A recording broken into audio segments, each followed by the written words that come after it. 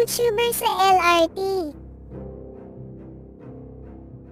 Si Jasper, isang sikat na YouTuber sa Pilipinas, ay kilala sa kanyang mga vlog tungkol sa mga urban legends at misteryosong pangyayari.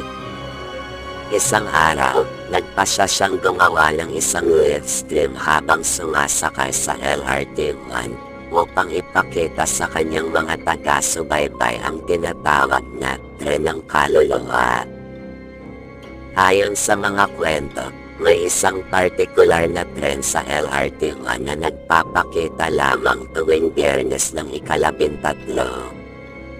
Sinasabi na ang tren na ito ay puno ng mga kaluluwang hindi matahimik at naghahanap ng daan patungo sa kabilang buhay. Habang nasa live stream, pumasok si Jasper sa tren na puno ng excitement at kaunting kaba. Agad niyang napansin na kakaunti lang ang mga pasahero at may kakaibang lamig sa loob ng tren. Habang nagkukwento siya sa kanyang camera, nagsimula siyang makaramdam ng kakaibang pakiramdam na para bang may mga matang nakatitig sa kanya mula sa likuran. Nang lumingon siya, wala siyang nakitang tao, ngunit sa kanyang camera, may lumitaw na mga anino na hindi niya makita ng hubad na mata. Ang mga aninong ito ay tila ba naglalakad papalapit sa kanya, ngunit kapag tinitingnan niya ng diretsyo, bigla silang nawawala. Habang tumatagal, nagsimulang mag-flicker ang mga ilaw sa loob ng tren at nagsimulang magbago ang paligid.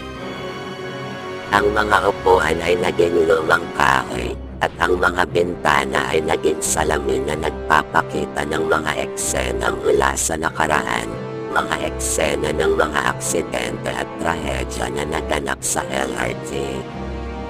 Sa gitna ng kanyang live stream, biglang nawala ang signal at naputol ang koneksyon.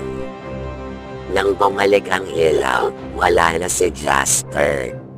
Ang kanyang camera ay natagpuan sa sahig ng tren, nagpapatuloy ang live stream, ngunit walang Jasper na makikita.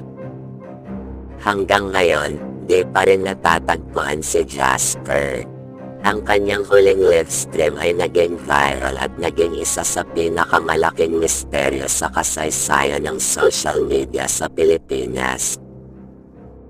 Ang ilan sa kanyang mga followers ay naniniwala na siya ay kinuha ng mga kaluluwa sa tren ng kaluluwa, habang ang iba ay nagtataka kung ito ba ay isang malaking pagtatanghal lamang.